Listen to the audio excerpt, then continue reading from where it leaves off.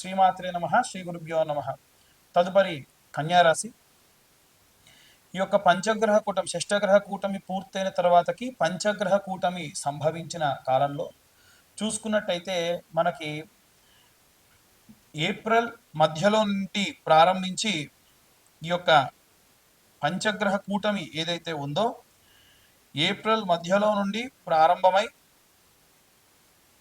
April నుంచి మే మధ్య వరకు కూడా ఈ యొక్క పంచగ్రహ కూటమి సంభవిస్తుంది. ఈ పంచగ్రహ కూటమికి సంబంధించి ఏ గ్రహాలు ఉంటాయి? ఈ యొక్క కన్యా రాశి వారికి సప్తమ స్థానంలో ఈ యొక్క పంచగ్రహ కూటమి జరుగుతూ ఉంది. అది కూడా 9వ తారీఖు నుండి 15వ తారీఖు వరకు, తర్వాతకి 23, 24వ తారీఖు నుండి చూసుకున్నట్టయితే ఆ తర్వాతి నెల వరకు, మే మొదటి వారం వరకు ఉంటుంది. అయితే ఎలాంటి ప్రతిఫలాలు ఉంటాయంటే, అవివాహితులు ఎవరైతే ఉన్నారో వివాహం అవుతుంది. గతంలో ఏమైనా సంబంధాలు ఉంటే, అంటే దాచుకొని ముందుకు తీసుకెళ్లే సంబంధాలు ఏమైనా ఉంటాయి, కొన్ని చెప్పుకోలేనటువంటి పరిస్థితులు.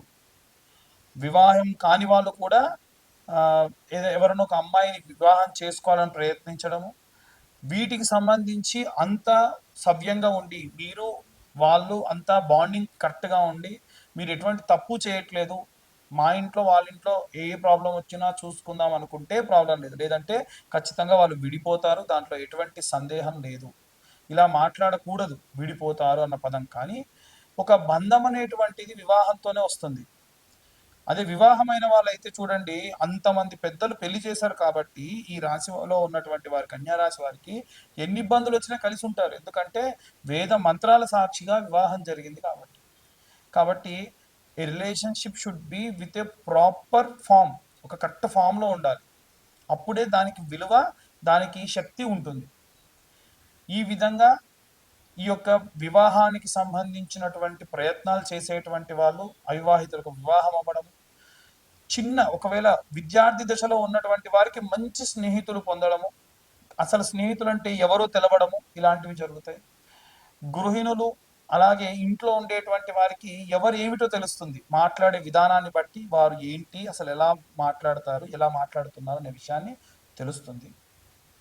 అలాగే ఈ యొక్క ఉద్యోగం చేసేటువంటి ఉద్యోగస్తుల విషయానికి వస్తే చాలా దీర్ఘకాలికమైనటువంటి ఇబ్బందుల నుండి బయటపడతారు. వ్యాపారస్తులు ఈ యొక్క బాంధవ్య వ్యాపారాలు, అంటే పార్ట్నర్షిప్ ఉండదు కానీ స్లీపింగ్ పార్ట్నర్గా ఉండడం, డబ్బు ఇన్వెస్ట్ చేయడం, ఇతని యొక్క వ్యాపారం ఒక చోట ఉన్న ఇంకో చోట స్లీపింగ్ పార్ట్నర్గా ఉండడం లాంటివి చేస్తారు. వాటి నుంచి బయటకు వచ్చేస్తారు, అది కూడా లాభంతోనే బయటకు వస్తారు, ఎటువంటి ఇబ్బంది లేదు. ఇక చేతి వృత్తులు, కుల వృత్తులు చేసేటువంటి వారికి సంబంధించి చాలా జాగ్రత్తగా ఉండండి. ఏవైనా సరే విషపు జ్వరాలు కానీ, ఆరోగ్య సమస్యలు కానీ వచ్చే అవకాశం ఉంది. ఈ యొక్క పంచగ్రహ కూటమి పూర్తయ్యే సమయానికి, అంటే మే మొదటి వారం వచ్చేసరికి మీరు చూసుకున్నట్టయితే మీకు ఎన్నో రకాలైనటువంటి అనుభవాలు ఉంటాయి. ఇప్పుడు నేను చెప్పే శ్లోకం అన్ని వర్గాల వారు చదివితే మంచిది. వృద్ధాప్యంలో ఉన్నటువంటి వాళ్ళు, రైతులు, చేతి వృత్తులు, కుల వృత్తులు చేసేటువంటి వాళ్ళందరూ కూడా. ఆ శ్లోకం ఏంటంటే, ఓం ప్రియంగు కలికా శ్యామం రూపేణా ప్రతిమంబుదం సౌమ్యం సౌమ్య గుణోపేతం తంబుదం ప్రణమామ్యహం. ఈ మంత్రపఠనం చేయండి, విశేషమైనటువంటి శక్తి లభిస్తుంది. ఇక అన్ని వర్గాల వారు ఎలాంటి రెమెడీస్ తీసుకోవాలి, ఎలాంటి మంత్రపఠనం చేయాలనే విషయాన్ని ఇప్పుడు మనం తెలుసుకుందాం. మనకు పంచగ్రహ కూటమి అనేటువంటిది ఈ నెల 15వ తారీఖు నుండి ఈ నెల 9వ తారీఖు నుండి ఆల్మోస్ట్ 18, 19వ తారీఖు వరకు కూడా 5 గ్రహాలు మీనరాశిలో ఉన్నాయి. అందులో ముఖ్యంగా సూర్యుడు, అలాగే శని, రాహువు, శుక్రుడు, బుధుడు, ఈ గ్రహాలు మీనరాశిలో ఉన్నాయి. మీనరాశి వారికి ప్రత్యేకంగా, అంటే ఒక్క మీనరాశి వారికి వదిలేస్తే మిగిలిన అన్ని రాశుల వారికి కూడా చాలా విశేషమైనటువంటి ఈ యొక్క గ్రహ సంచారం అనేటువంటిది చాలా హెల్ప్ అవుతుంది. కొంతమందికి నో లాస్ నో ప్రాఫిట్గా కూడా ఉంటుంది. అసలు ఈ పంచగ్రహ కూటమి వల్ల ఏమవుతుంది, ఎలాంటి పరిస్థితులు నెలకొంటాయి అనేటువంటివన్నీ కూడా ఇప్పటిదాకా మనం మాట్లాడుకున్నాం. అయితే ఈ యొక్క పంచగ్రహ కూటమి 17వ తారీఖు పూర్తవుతుందో లేదో 25వ తారీఖు, అంటే సూర్య గమనం అనేటువంటిది ప్రారంభమవుతుంది. చంద్రుడు అనేటువంటి వాడు మళ్ళీ ఈ యొక్క మీనరాశిలోకి వస్తాడు. అంటే అప్పుడు మళ్ళీ పంచగ్రహ కూటం ఉంటుంది. కానీ చంద్రుడు చాలా తొందరగా కదిలేటువంటి వాడు కాబట్టి ఒక 3 రోజుల పాటు ఈ యొక్క చంద్రుడు ఈ యొక్క మీనరాశిలోకి చేరడం అనేటువంటిది జరుగుతుంది. వాస్తవంగా మీనరాశిలోకి సూర్యుడున్నా, చంద్రుడున్నా, శుక్రుడున్నా, శని ఉన్నా ఎటువంటి నష్టం అనేటువంటిది ఉండదు. కేవలం ఇక్కడ పాపగ్రహ సంచారంలో భాగంగా శని కానీ రాహు కానీ ఉంటేనే ప్రాబ్లం. ఈ శని కానీ రాహు కానీ ఎవరైతే ఉన్నారో వారంతా కూడా మూవ్ అయిపోతున్నారు కాబట్టి అంతగా ఏమీ ఇబ్బంది లేదు. అయితే ఏమేం చేయాలి, అన్ని రాసుల వాళ్ళు ఎలాంటి రెమెడీస్ చేయాలి, ఎలాంటి మంత్రపఠనం చేసుకుంటే మంచిది అని అడుగుతూ ఉన్నారు. అందరికీ చెప్పేటువంటిది, కామన్గా చెప్పేటువంటిది ఒకటే ఏమిటంటే నవగ్రహ ప్రదక్షిణ. అందరు నవగ్రహాల గుడికి వెళ్తే 3 చేద్దామా, 4 చేద్దామా, 5 చేద్దామా, 10 చేద్దామా, 11 చేద్దామా అంటారు. అలా కాదండి. నవగ్రహ ప్రదక్షిణాలు చేస్తే 21 ప్రదక్షిణాలు చేయాలి. 21 ప్రదక్షిణాలు సవ్య దిశలో, ఒక 6 ప్రదక్షిణాలు అపసవ్య దిశలో చేయాలి. ఎందుకంటే ప్రతి గ్రహానికి 3 సార్లు ప్రదక్షిణ చేసినట్టు. అప్పుడు ఎన్ని ఉన్నాయి? 9 గ్రహాలు ఇంటూ 3 అంటే 27.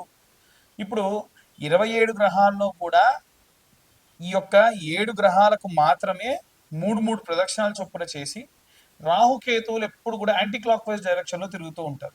పాపగ్రహ సంచారం కదా, వాళ్ళు ఎప్పుడు రివర్స్ అనమాట. అంటే ముందు నుంచి కాకుండా వెనక నుంచి రావడము, ఏదైనా సరే కుడి చేత్తో కాకుండా ఎడమ చేత్తో చేయడం, ఇలాంటివి చేస్తూ ఉంటారు. కాబట్టి వీరికి మనం ప్రదక్షిణ కూడా అపసవ్య దిశలో చేయాలి. దీని వలన జాతక రీత్యా మనకు రాహుకేతువుల మధ్యలో వేరే ఏ గ్రహాలైన బంధనమై ఉన్నా, ఒకవేళ ఏ గ్రహాలైనా పాపగ్రహంతో కలిసి ఉన్నా, ఎటువంటి గ్రహాలైనా సరే ఈ యొక్క పాపగ్రహాలతో బంధనమై ఉండి కూడా మనకు నెగిటివ్ రిజల్ట్స్ ఇచ్చేటువంటి ఉంటే కూడా ఈ ప్రదక్షిణాలు చేయడం అనేటువంటిది కాస్త శక్తినిస్తుంది. చిన్నపిల్లల దగ్గర నుండి వృద్ధుల వరకు, అంటే చదువుకునే విద్యార్థులు కానీ, గృహిణులు కానీ, ఉద్యోగస్తులు కానీ, వ్యాపారస్తులు కానీ, విడివిడిగా ఏం లేదండి, అందరికీ కామన్గా ఒకే ఒక్క విషయం ఏమిటంటే ఆదివారం నాడు పీరికెడు గోధుమలు ఒక తమలపాకు కానీ ఏదైనా ఆకు డొప్పలో వేసి దానిపైన ₹1 బిల్ల నిలబెట్టి సూర్యగ్రహానికి నివేదన చేయండి. అదే గనక సూర్యగ్రహం నవగ్రహాల మధ్యలో ఉంటుంది. అదే మీరు చంద్రుడికి చేయాలంటే సోమవారం నాడు పిరికెడు బియ్యం తీసుకెళ్ళి ఒక ఆకుడొప్పలో వేసి, లేదా ఒడ్లుంటే ఒడ్లు తీసుకెళ్ళి ఆకుడొప్పలో వేసి చంద్రుడి దగ్గర పెట్టి ₹1 బిల్ల దాంట్లో నిలబెట్టండి. బెల్లం అనేటువంటిది నవగ్రహాలకి నివేదన చేస్తే చాలా మంచిది. ప్రతి ఒక్క గ్రహం దగ్గర ఇంత బెల్లం ముక్క పెట్టండి. ఇంతకు మించి మీరు నవగ్రహాలకు చేసేది ఏమీ లేదు. విగ్రహాలు అధికంగా తాకకుండా ఉంటే మంచిది. అలాగే కుజగ్రహం దగ్గరికి వెళ్తే కందులు కానీ, కందిపప్పు కానీ ఆకుడొప్పలో వేసి ₹1 బిల్ల పెట్టి ఒక బెల్లం ముక్క పెట్టి నివేదన చేయండి, చూపించండి, అంతే సరిపోతుంది. అలాగే బుధగ్రహానికి పూజ చేసినప్పుడు పెసర్లు, పిరికెడు పెసర్లు తీసుకొని ఆకుడొప్పలో లేదా తమలపాకులో వేసి ₹1 బిల్ల వేసి బుధగ్రహం ముందు పెట్టండి. అలాగే శనగలు తీసుకొని వెళ్ళి గురుగ్రహం ముందు పెట్టండి. అలాగే ₹1 బిల్ల, బెల్లం కామన్ అన్నిటికీ కూడా. శుక్రగ్రహం దగ్గరికి వెళ్తే బొబ్బెర్లు లేదా అల్చందలు అంటారండి. ఈ బొబ్బెర్లు తీసుకొని వెళ్ళి పిరికెడు బొబ్బెర్లు వేసి దాంట్లో ₹1 బిల్ల వేసి పెట్టండి.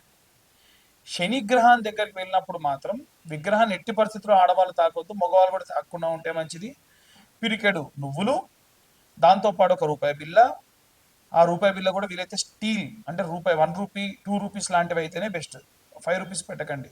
పెట్టి దాంట్లో బెల్లం ముక్క పెట్టి ఇంతంత నువ్వుల నూనె శనేశ్వరుడు పైనుంచి పోయండి. ఆవ నూనె పోసినా మంచిదే. నల్ల రంగు ధాన్యం నుండి వచ్చినటువంటిది ఏ నూనె పోసినా శనికి చాలా ఇష్టం. ఇక రాహుకైతే మినపపప్పు లేదా మినుములు వేసి ₹1 బిల్ల వేసి ఇంతంత ఆ యొక్క బెల్లం ముద్ద పెట్టేసి నమస్కరించుకోండి. అలాగే కేతువుకైతే ఉలవలు, నల్ల రంగులో ఉండేటువంటి ఉలవలు ఉంటాయి కదా, ఈ ఉలవలు ఓ పిరికెడు ఆకుడొప్పలో వేసి లేదా తమలపాకులో వేసి ₹1 బిల్ల దాంట్లో పెట్టేసి ఇంత బెల్లం నైవేద్యంగా పెట్టండి, చాలు. ఈ షష్టగ్రహ కూటములు, పంచగ్రహ కూటములు, జాతకరీత్యా ఉన్న దోషములు ఇవన్నీ పోవడానికి ఒక్క వారం పాటు మనకు సోమవారం నుండి ప్రారంభిస్తే మళ్ళీ, లేదా ఆదివారం నాడు ప్రారంభిస్తే ఈ యొక్క శనివారం వరకు ఈ రెమెడీస్ చేసుకుంటే సరిపోతుంది. ఇప్పుడు మీ అందరికీ ఒక డౌట్ వస్తుంది, ఏమిటంటే ఉన్న గ్రహాలు 9 అండి, మీరు చెప్పిందేమో వారం రోజులు ఎలా చేయాలి, మంగళవారం నాడు రాహుకేతువులకు చేసేయచ్చు. కుజుడితో పాటు రాహుకేతువులకు చేయొచ్చు. లేదు ఆదివారం నాడే సూర్యుడితో పాటు రాహుకేతువులకు కూడా చేయొచ్చు. ఎటువంటి దోషం లేదు.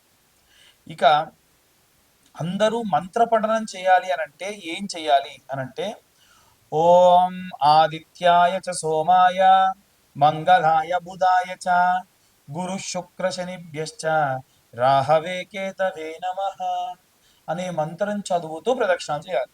మీరు ఏ రోజు నవగ్రహ దేవాలయానికి వెళ్ళినా నేను చెప్పిన విధంగా ఇంకొకటి, దేవాలయం మూసే సమయానికి వెళ్ళకండి. ఉదయాన్నే వీలైతే 7-8 గంటల వరకు దేవాలయానికి వెళ్ళే ప్రయత్నం చేయండి. లేదా గృహిణులు ఉంటారు పాపం ఇంట్లో అందరికీ వంటలు చేసి పంపించాలి కాబట్టి 9-9:30 ప్రాంతంలో వెళ్ళండి. దాని వలన కాస్త ప్రశాంతంగా ఉంటారు. ఇక చాలామంది మీ మీ యొక్క పేర్ల గురించి అడుగుతున్నప్పుడు మీ పేర్లు చెప్పి వాటికి సంబంధించి జాతకం చెప్పమంటున్నారు. పేరు బలం మీద జాతకము 100% ఎవరు చెప్పరు. అలా చెబుతానని చెబితే నమ్మొద్దు. నేను చెప్తానని చెప్పినా నమ్మకండి అనే చెప్పా గతంలో, ఇప్పుడు చెప్తున్నా.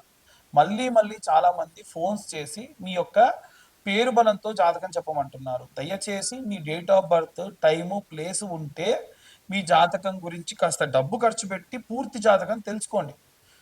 ఒక 2025 రూపాయలు మొత్తం ఈ యొక్క జీవిత కాలానికి సంబంధించిన జాతకం 60 పేజీల్లో మీకు అందిస్తున్నా ఈ 2025 సంవత్సరంలో. అంతకు మించి కూడా మీరు ఖర్చు పెట్టాల్సిన అవసరం లేదు. రెమెడీస్, దానికి తగ్గ రెమెడీస్ మీకు పంపించడము చెప్పడం కూడా జరుగుతుంది. ఎట్టి పరిస్థితుల్లో వీటికి వినా ఇంతకు మించి ఇంకేం కూడా చేసేటువంటి అవసరం లేదు. అందరూ కూడా జాగ్రత్తగా ఉండండి. మన వాతావరణము కూడా ఈసారి చాలా విపరీతంగా ఉంది. ఎండలు బాగా ఉన్నాయి. ఎండాకాలంలో వర్షాలు అప్పుడప్పుడు అధికంగా పడతా ఉంటాయి.